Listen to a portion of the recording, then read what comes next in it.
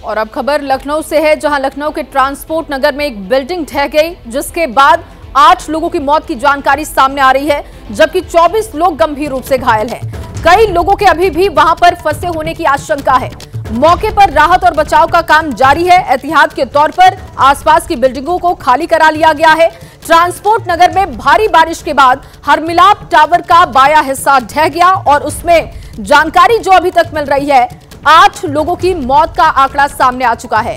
24 लोग जख्मी बताए जा रहे हैं। देखिए, वहां पर राहत बचाव का काम जारी है, वो तस्वीर आप देख रहे हैं। और मिलाप टावर, हरमिलाप टावर था जहां पर यह हादसा हुआ है, इमारत गिरी, उस वक्त की तस्वीर आप देखिए। वहां पर पुलिस की टीमें पहुंची, राहत बचाव का काम शुरू किया गया, रेस्क्यू ऑपरेशन वहां पर अभी भी चल रहा है। इसके साथ ही आपको बताएं कि मौके पर लगातार अधिकारी डटे हुए हैं, स्थिति का जायजा ले रहे हैं कि आखिर गलती कहां रही, किस तरीके से अब वहां पर जानकारी जुटाने की कोशिश की जा रही है, उसकी तस्वीर भी आप देख रहे हैं। वीरेश मेरे सहयोगी वहां पर बने हुए हैं इस वक्त।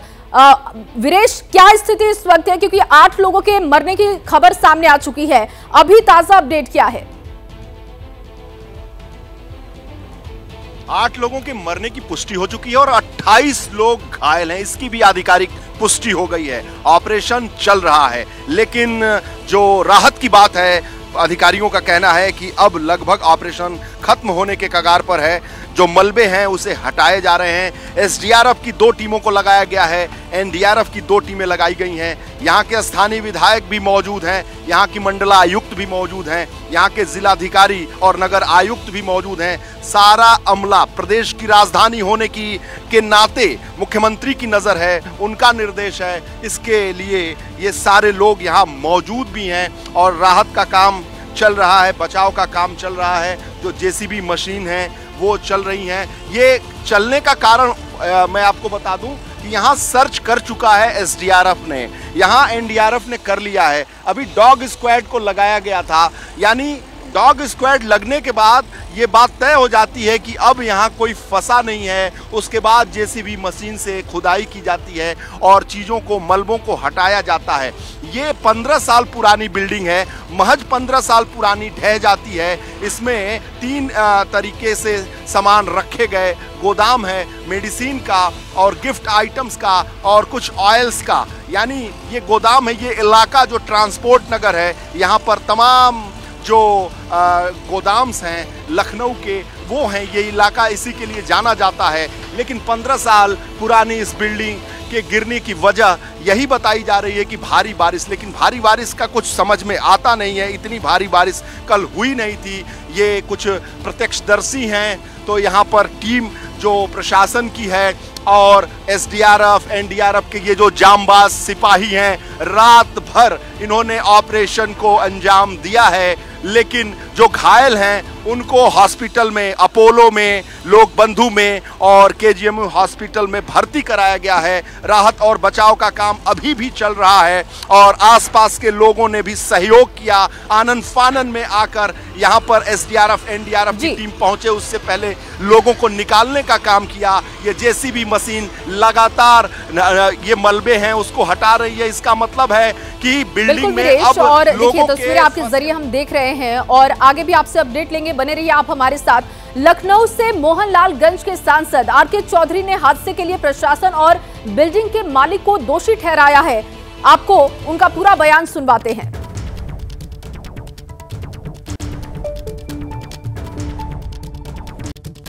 हमारा मानना है कहीं न कहीं जो बिल्डिंग का मालिक है वो लापरवाह है। पुरानी बिल्डिंग है, जर्जर है, लोडेड रहती है, फिर भी ध्यान नहीं दिया। प्रशासन भी जिम्मेदार है, बिल्डिंग मालिक भी जिम्मेदार है। आप खुद कह रहे हैं कि लोडेड रहता था, तो क्या इस तरीके की बहुत सी बिल्डिंग्स हो सकती हैं, उसको लेकर के क्या कोई पक्का मुझे लगता है कि लखनऊ में तो ऐसे कम से कम 5 बिल्डिंगें होंगी जो जर्जर हालत में हैं, कभी भी गिर सकती हैं। आज नहीं गिरेंगी, कल गिरेंगी, कल नहीं गिरेंगी, परसों गिरेंगी। प्रशासन देखना चाहिए।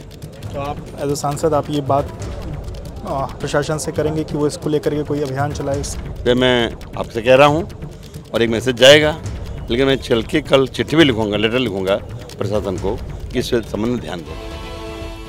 तो देखिए, इस मामले पर सियासत शुरू हो चुकी है, लेकिन इमारत गिरने के बाद कई लोग लापता हैं और ऐसे में लोग मलबों में अपनों की तलाश कर रहे हैं। उनका बयान भी आपको सुनवाते हैं।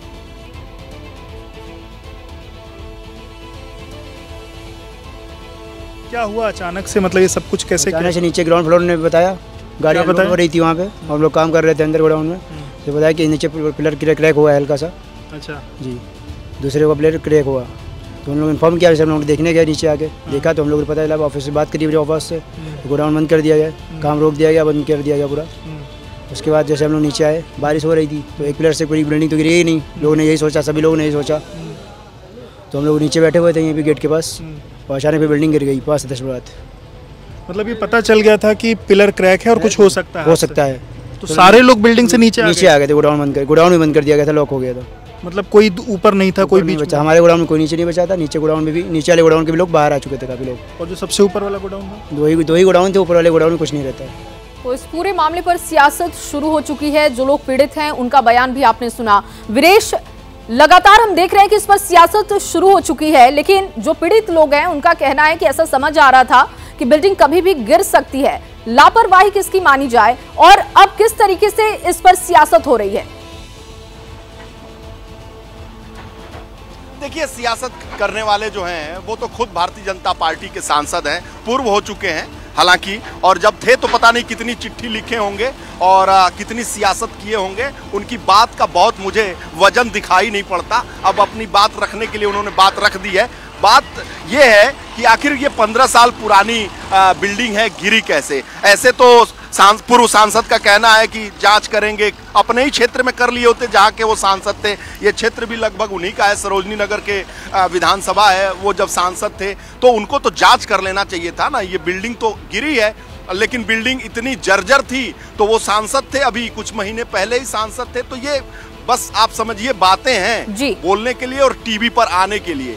इसलिए मैं आपको यहाँ के रेस्क्यू ऑपरेशन को दिखाऊंगा। इस तरह की बिल्डिंग और इस तरह के 15 साल में कोई बिल्डिंग गिर जाए, भर के पार्ट उसका गिर जाए, 15 साल कोई बहुत जर्जर बिल्डिंग हो जाती है, इमारत हो जाती है। मुझे तो नहीं लगता इस आधुनिक ज़माने में, खैर ये इन बातों का कोई बहुत वजन और महत्व तो नहीं है। ये ऑपरेशन देखिए, और यहाँ पर इस में दबे हुए लोग जो हैं, अब इसकी आशंका कम बताई जा रही है यहाँ पर। और क्योंकि ये जो ऑपरेशन का आखिरी चरण इसे माना जाता है, जो एक्सपर्ट्स हैं उनसे मेरी बात हुई, उनका ये कहना है कि ये आखिरी चरण है। आखिरी चरण होता है तभी जेसीबी के इस हार्ड मशीन से मलबे को हटाया जाता है, अगर किसी के अंदर होने की संभावना होती है। तमाम यंत्र तंत्र आपको दिखाऊंगा। एसडीआरएफ और एनडीआरएफ के इन जांबाज जवानों ने अपनी पूरी रात जो है लगाकर देखा है।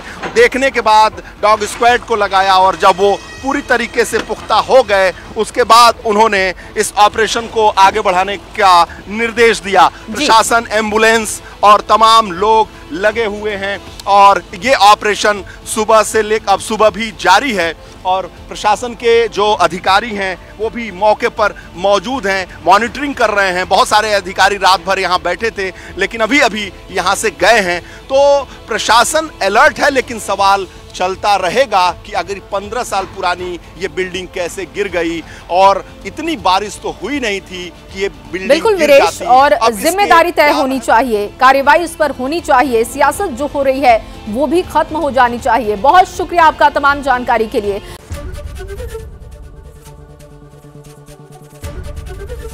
एबीपी गंगा, खबर आपकी, जुबान आपकी।